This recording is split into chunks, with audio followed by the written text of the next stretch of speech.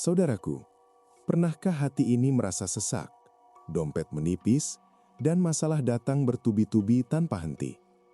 Kita sudah berusaha sekuat tenaga, memutar otak siang dan malam, tapi rasanya jalan keluar itu tak kunjung nampak. Bahkan, kadang kita bertanya-tanya, apakah Allah benar-benar melihat perjuangan hambanya yang lemah ini? Jika Anda sedang berada di titik terendah, merasa buntu, dan merindukan ketenangan hakiki, maka luangkan waktu sebentar. Karena apa yang akan kita bahas kali ini adalah obat jiwa yang langsung datang dari janji Rob semesta alam. Sebuah formula ilahi yang mengubah kegelapan menjadi cahaya terang benderang. Assalamualaikum warahmatullahi wabarakatuh. Sahabat beriman yang dirahmati Allah. Semoga kita semua senantiasa dalam lindungan dan kasih sayangnya. Hari ini, mari kita sentuh inti dari segala ketenangan hidup, yaitu janji Allah yang tertulis indah dalam Al-Quran, surat At-Tolaq ayat 2 dan 3. Wa may yattaqillaha yaj'al lahu makhraja wa yarzuqhu min haitsu la yahtasib wa may yatawakkal 'alallahi fahuwa hasbuh. Innallaha balighu amrih qad ja'alallahu likulli syai'in qadra. Ayat yang sering disebut sebagai ayat 1000 dinar karena kekuatannya dalam mendatangkan kelapangan. Ayat ini bukan sekedar bacaan indah jamaah sekalian, tetapi merupakan peta jalan menuju kebahagiaan sejati, menghilangkan segala kebuntuan dan kesempitan yang mungkin sedang kita rasakan saat ini, mengajarkan kita untuk tidak bergantung pada kemampuan diri sendiri semata, namun bergantung pada kekuatan yang maha kuasa. Inti dari ayat ini terletak pada syarat pertama yang harus kita penuhi. Barang siapa bertakwa kepada Allah, niscaya Dia akan memberinya jalan keluar. Takwa, saudaraku, bukan sekedar memakai peci, berbusana muslimah, atau rajin ke masjid saja loh. Takwa adalah upaya kita menjaga diri dari murka Allah, melaksanakan perintahnya dikala sendiri maupun ramai, dan menjauhi larangannya sekecil apapun itu, karena takut akan kebesarannya. Menjadikan hati kita selalu terhubung dan tunduk kepada aturan-aturan ilahi dalam setiap aspek kehidupan kita, baik yang terlihat oleh manusia maupun yang tersembunyi. Lalu, apa maksud jalan keluar atau makhraj yang dijanjikan? Ini bukan hanya jalan keluar dari masalah utang piutang atau kesulitan finansial saja, melainkan jauh lebih luas. Makhraj ini meliputi jalan keluar dari kesempitan jiwa, dari tekanan mental yang menghimpit, dari rasa putus asa yang menyesakan, bahkan dari lingkaran setan dosa yang terus membelenggu batin kita. Ketika hati kita penuh dengan takwa, Allah akan membuka mata batin kita untuk melihat solusi yang sebelumnya tak pernah terpikirkan. Bahkan saat seluruh pintu terasa terkunci rapat dan akal manusia sudah mentok dalam mencari penyelesaian yang hakiki. Coba renungkan, berapa banyak keputusan hidup kita yang didasari oleh ketakutan terhadap komentar manusia, bukan ketakutan kepada Allah. Seringkali, saat kita bertindak karena takwa, keputusan itu terasa berat dan merugikan di mata manusia. Misalnya, saat harus menolak tawaran pekerjaan yang tidak halal. Namun, justru disitulah keajaiban terjadi. Meninggalkan sesuatu yang haram demi Allah mungkin membuat rezeki terasa seret di awal, tetapi janji Allah itu pasti. Dia akan ganti dengan jalan keluar yang lebih baik dan berkah, bukan sekedar jumlah nominalnya, melainkan juga ketenangan dalam meraih dan menggunakannya. Janji kedua setelah jalan keluar adalah rezeki dari arah yang tidak disangka-sangka, dan memberinya rezeki dari arah yang tidak disangka-sangka. Sahabat beriman, inilah bagian yang paling menenangkan dan mengharukan bagi kita yang imannya kadang naik turun. Rezeki min haitsu la yahtasib, berarti rezeki itu datang tanpa perlu kita hitung-hitung, pakai logika matematika manusia yang terbatas dan cenderung materialistis. Bahkan, seringkali datang melalui sebab-sebab yang sama sekali tidak pernah kita upayakan secara langsung dalam aktivitas duniawi kita sehari-hari. Ini mengajarkan kita bahwa sumber rezeki itu bukan hanya gaji bulanan atau keuntungan bisnis semata yang tertera di rekening bank.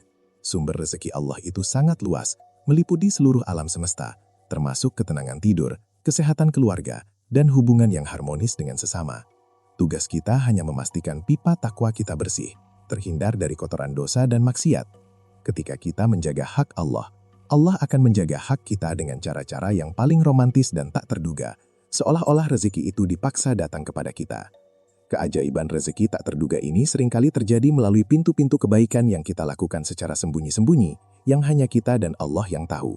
Mungkin sedekah subuh yang rutin tanpa perlu diketahui orang lain, menjaga sholat duha dengan penuh khusyuk, atau berusaha berbakti kepada orang tua dengan tulus ikhlas, bukan karena ingin dipuji. Amalan-amalan kecil yang dilakukan atas dasar takwa inilah yang menjadi magnet rezeki, menarik limpahan karunia Allah yang tak terbayangkan oleh akal sehat kita yang terbatas dan seringkali gagal memahami keagungan kuasanya. Setelah pondasi takwa terbangun dan kita merasakan indahnya rezeki tak terduga, kita beralih ke bagian kedua ayat ini, yaitu tentang tawakal. Wa may yatawakkal 'alallahi fahuwa hasbuhu. Dan barang siapa bertawakal kepada Allah, maka Allah akan mencukupinya. Tawakal sering disalahpahami sebagai pasrah tanpa usaha dan menunggu rezeki jatuh dari langit. Padahal, tawakal adalah puncak dari usaha keras yang diiringi dengan penyerahan total hasil akhir hanya kepada Sang Pencipta. Kita bekerja profesional, kita berikhtiar sungguh-sungguh, lalu kita sandarkan hati sepenuhnya pada pengaturan terbaik Allah. Mencukupinya, hasbuhu, di sini berarti Allah akan menjadi penolong yang sempurna dan mutlak bagi hambanya. Allah akan memfasilitasi kebutuhan kita, baik kebutuhan lahiriah berupa sandang pangan papan, maupun kebutuhan batiniah yang amat penting, seperti ketenangan dan kebahagiaan hati. Jika kebutuhan kita adalah kekuatan menghadapi fitnah dan cobaan, Allah akan membekalkannya. Intinya, kita tidak akan pernah kekurangan apapun yang benar-benar kita butuhkan untuk menjalani kehidupan yang berkah, mulia, dan bermartabat, sesuai dengan standar kebutuhan yang ditetapkan olehnya. Saudaraku, tawakal adalah seni melepaskan kontrol atas hasil. Kita sering stres, cemas, dan khawatir berlebihan karena ingin mengontrol setiap hasil dari setiap usaha yang kita lakukan, menuntut hasil yang instan dan sesuai keinginan kita. Padahal, kita hanya wajib mengontrol kualitas usaha dan memurnikan niat kita agar selalu lurus. Ketika kita bertawakal, kita berkata, "Ya Allah, hamba telah berusaha maksimal, sisanya hamba serahkan pada pengaturan terbaik-Mu yang pasti lebih indah dari rencana hamba." Pelepasan inilah yang meringankan segala beban di pundak. Bagaimana cara kita mempraktikkan takwa dan tawakal ini dalam kehidupan sehari-hari yang penuh dinamika dan tantangan? Mulailah dari hal-hal kecil, dari cara kita berinteraksi dengan keluarga, berbisnis, dan menjaga lisan. Saat menghadapi pilihan sulit, tanyakan pada diri sendiri dengan jujur.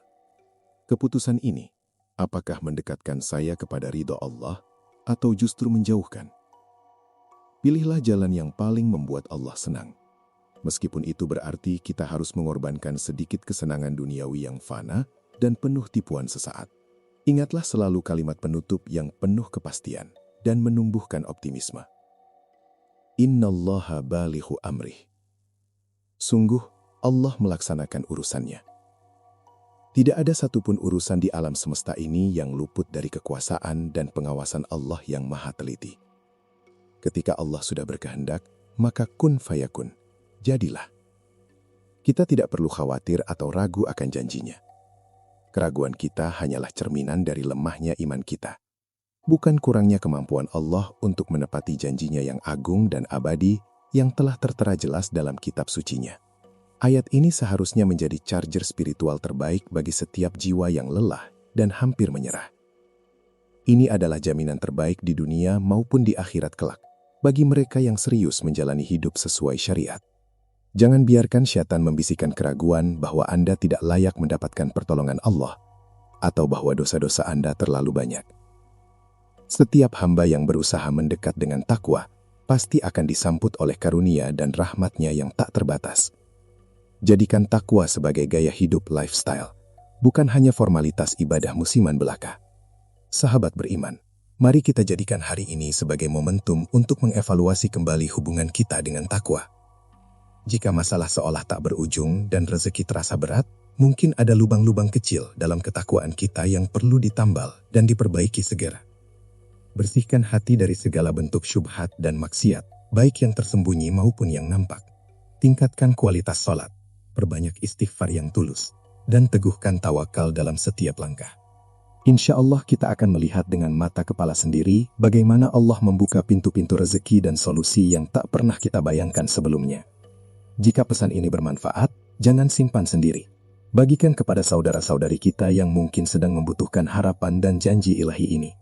Tulis di kolom komentar amalan takwa apa yang paling sulit Anda istiqomahkan. Mari kita saling mendoakan. Akhir kata, mari kita tutup majelis ilmu virtual ini dengan doa. Semoga Allah menjadikan kita hamba-hambanya yang muttaqin dan mutawakkil, yang selalu dicukupi olehnya. Subhanakallahumma wa bihamdika, ashhadu an la ilaha illa anta, astaghfiruka wa atubu ilaik. Wassalamu alaikum warahmatullahi wabarakatuh.